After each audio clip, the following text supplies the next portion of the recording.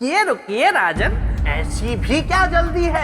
आपने परोपकार की परीक्षा तो पार कर ली, लेकिन राजन, ये मेरे मित्र का सिंहासन है जिसे पाना आपके लिए असंभव है। मेरे महान मित्र का सिंहासन। आगे की परीक्षाएं और भी कठिन है। मैं हर परीक्षा में सफल होऊंगा। और ऐसा ना हो तो? और ऐसा हो गया तो ये बेताल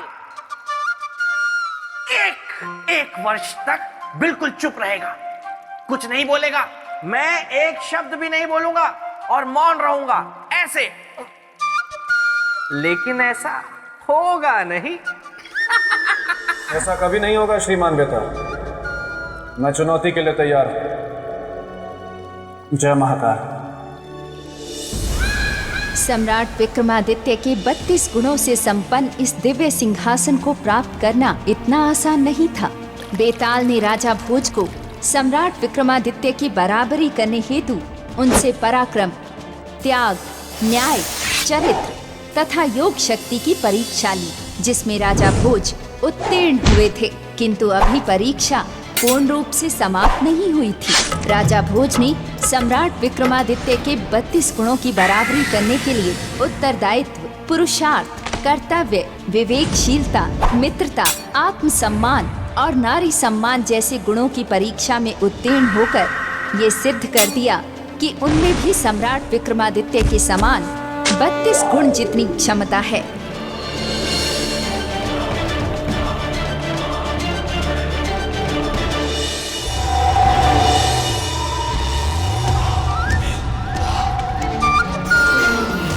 प्रणाम देवी। राजन, आपने ये सिद्ध कर दिया है कि इस सिंहासन को प्राप्त कर इस पर विराजमान होने के लिए आप में सम्राट विक्रमादित्य जितने 32 गुण विद्यमान हैं। इसीलिए अब आप सिंहासन 32 की ओर बढ़ सकते हैं।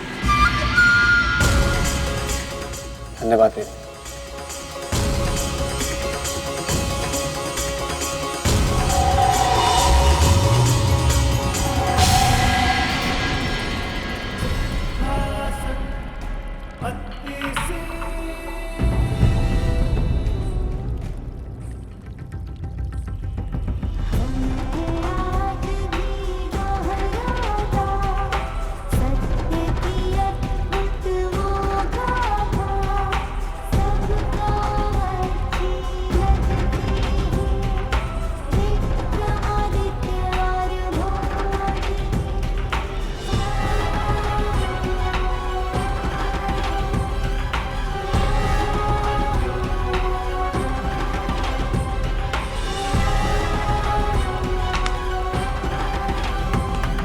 अपनी पहली परीक्षा में पराक्रमी राजा भोज ने नाग कन्या के पुत्र की अपने पिता रुद्रांत से रक्षा कर सफलता प्राप्त की थी।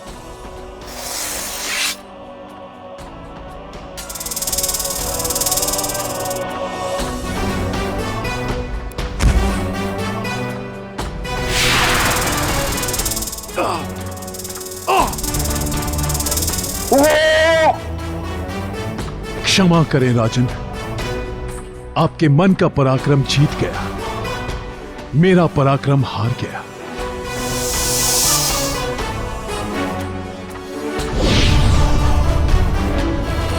परीक्षा की सीढ़ियों के सिलसिले को आगे बढ़ाते हुए राजा भोज त्याग की सीढ़ी पर पहुंचे, जहां उनका सामना पक्षीराज से हुआ।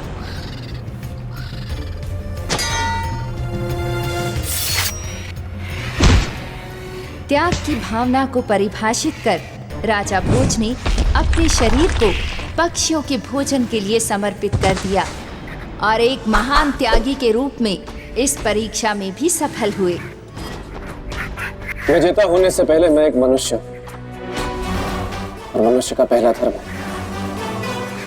किसी के प्राण की रक्षा करना। अपने जीवन को त्याग कर, यदि एक जीवन को त्याग कर तो एक जीवन का भला हो, तो इस जीवन को त्याग देना चाहिए पक्षीराज। त्याग की इस परीक्षा में सफलता करने के बाद राजा भोज ने न्याय की सीढ़ी पर अपना कदम रखा। यहाँ पर उन्हें एक भीलनी व कबूतर के साथ न्याय करना पड़ा।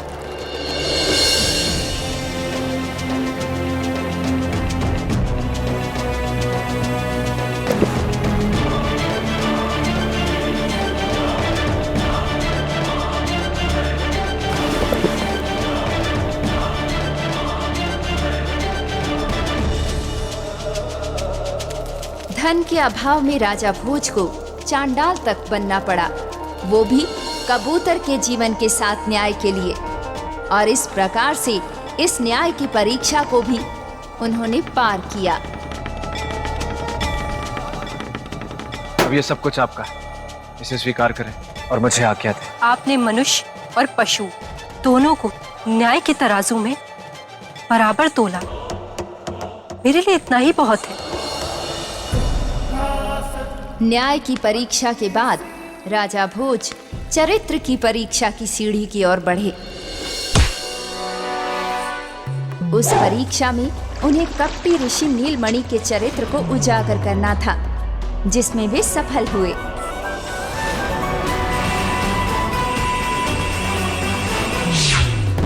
बहुत बहुत धन्यवाद आपका राजा भोज। आज के बाद मेरे साथ साथ पूरी स्त्री जाति आपकी आभारी रही।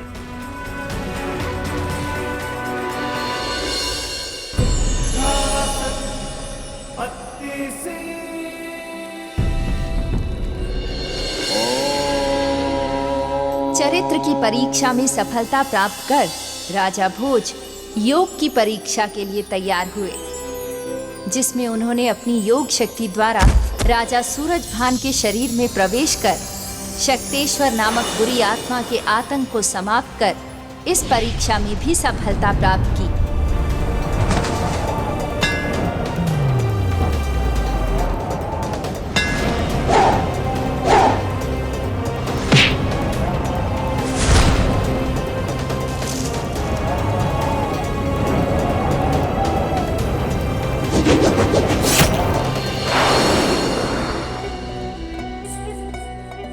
ये तो बस महाकाल का आशीर्वाद ही है कि मैं अपनी योग शक्ति के द्वारा अपनी आत्मा को महाराज के शरीर में प्रवेश करा के उन्हें जीवित कर पाया। लेकिन आपने ऐसा किया क्यों? विनाशकारी शक्तेश्वर के उत्पात को रोकना।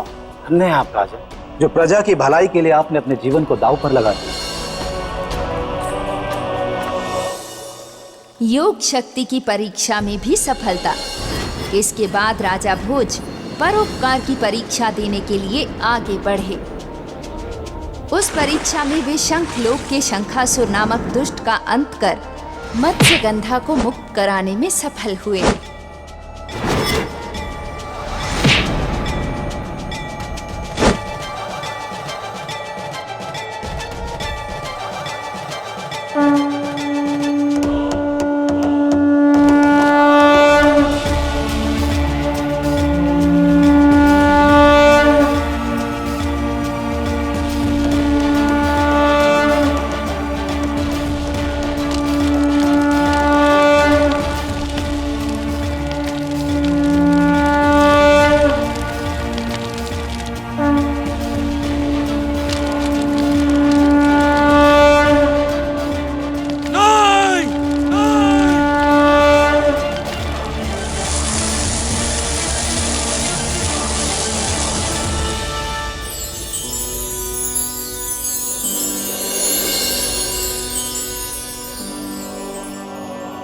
राजन, हमारी सहेलियां आपका स्वागत कर रही हैं।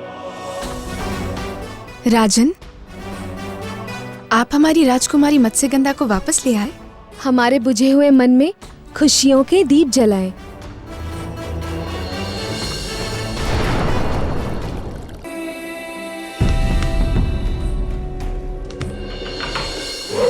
परोपकार की परीक्षा के उपरांत उत्तरदायित्व की परीक्षा में राजा भोज ने अपनी पत्नी महारानी वल्लरी के प्राणों की रक्षा हेतु ऋषि शांडिल्य से जीवंती विद्या सीख पूर्णमासी की मध्य रात्रि नील सरोवर से नील कमल प्राप्त कर महारानी वल्लरी के जीवन की रक्षा की तथा उत्तरदायित्व की परीक्षा में सफल हुए।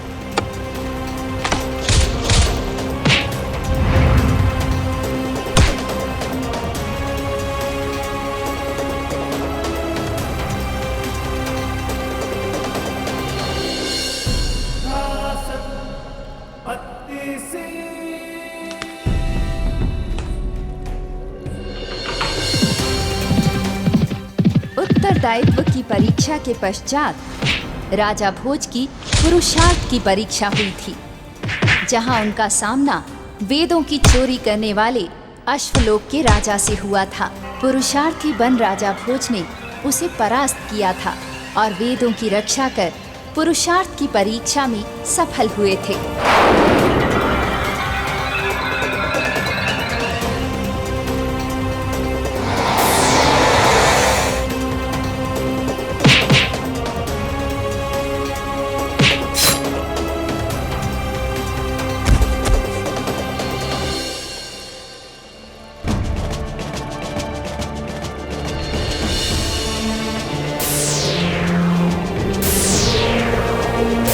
सिंहासन 32 को प्राप्त करने के पथ पर चलते हुए राजा भोज की कर्तव्य की परीक्षा हुई और अपने कर्तव्य का पालन करते हुए बंग प्रदेश के कुटिल राजा की कैद से देवी गौतमी को मुक्त कराया और कर्तव्य की परीक्षा में सफल हुए। किंतु आप हैं कौन जिसने इतना बड़ा संकट मोल लिया? कर्तव्य के पालन में संकट कैसा? कर्तव्य तो एक धर्म है और धर्म को निभाने में आनंद आता है, हर्ष आता है।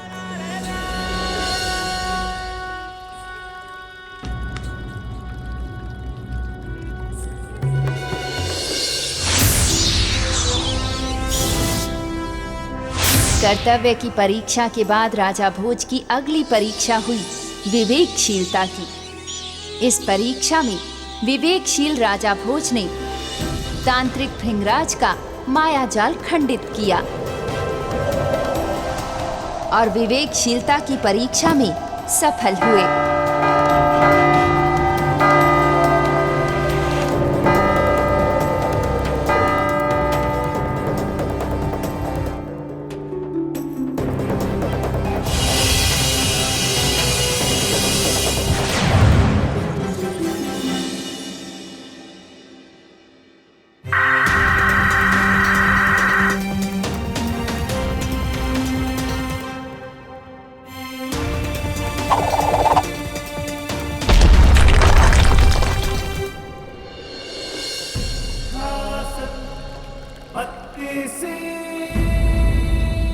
विवेकशीलता की परीक्षा में सफलता के पश्चात राजा भोज ने मित्रता की परीक्षा दी और अपने मित्र आदित्यनाथ को विष कन्या के प्रभाव से मुक्त करा अपने मित्र के द्वारा त्यागी गई उसकी पत्नी से उसका मेल कराया और मित्रता की परीक्षा में सफल हुए।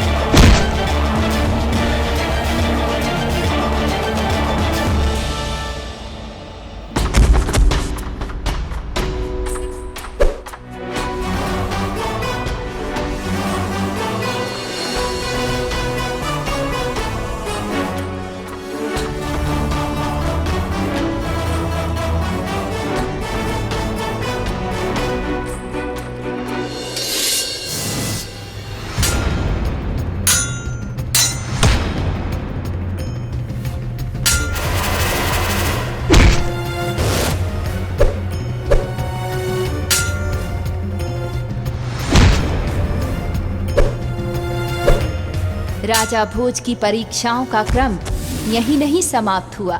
मित्रता की परीक्षा के बाद राजा भोज के सामने आत्मसम्मान की परीक्षा आई, जिसे गंगू और तेलम ने अपनी कुटिलता से ठेस पहुंचाने की चेष्टा की, किंतु राजा भोज ने अपने आत्मसम्मान की रक्षा करते हुए उनका असली रूप उजागर किया।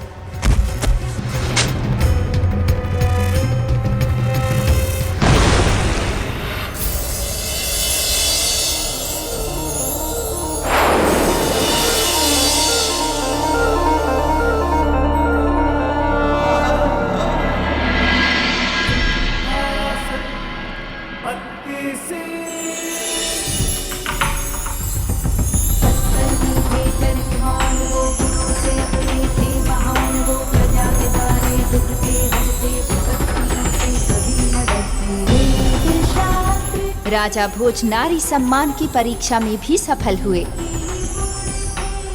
और इस प्रकार प्रश्नों और परीक्षाओं के भंवर को पार करते हुए राजा भोज ने शेष गुणों की परीक्षाओं में भी सफलता प्राप्त की और सिंहासन बत्तीसी की ओर बिना रुके बढ़ते चले गए। पछता रहा हूं मैं कि क्यों मैंने ऐसा दावा किया। अब 1 साल तक मैं कुछ नहीं बोल पाऊंगा, बस ऐसे ही मन में बोलता रहूंगा, क्योंकि एक एक करके मैंने राजा भोज की परीक्षाएं ली और एक एक करके वो हर परीक्षा में सफल होते रहे और एक एक करके वो हर सीढ़ी चढ़ते भी रहे।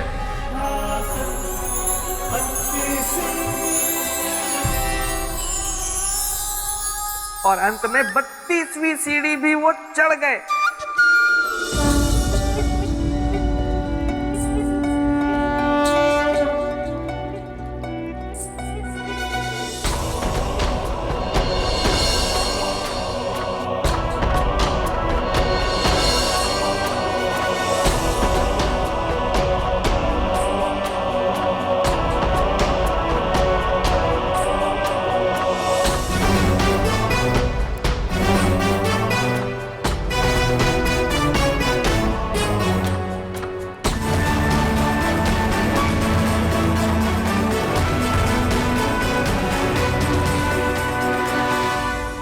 बेताल की सोच गलत साबित हुई।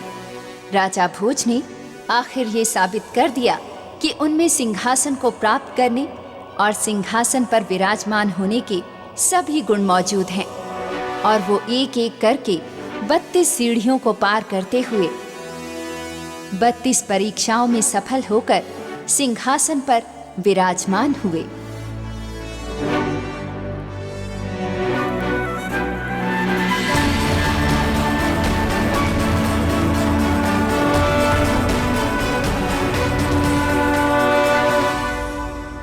लेकिन मुझे इस बात का दुख नहीं है, बल्कि प्रसन्नता है कि आखिरकार मेरे मित्र चक्रवर्ती शूरवीर महान सम्राट विक्रमादित्य के सिंहासन को सही उत्तराधिकारी मिला,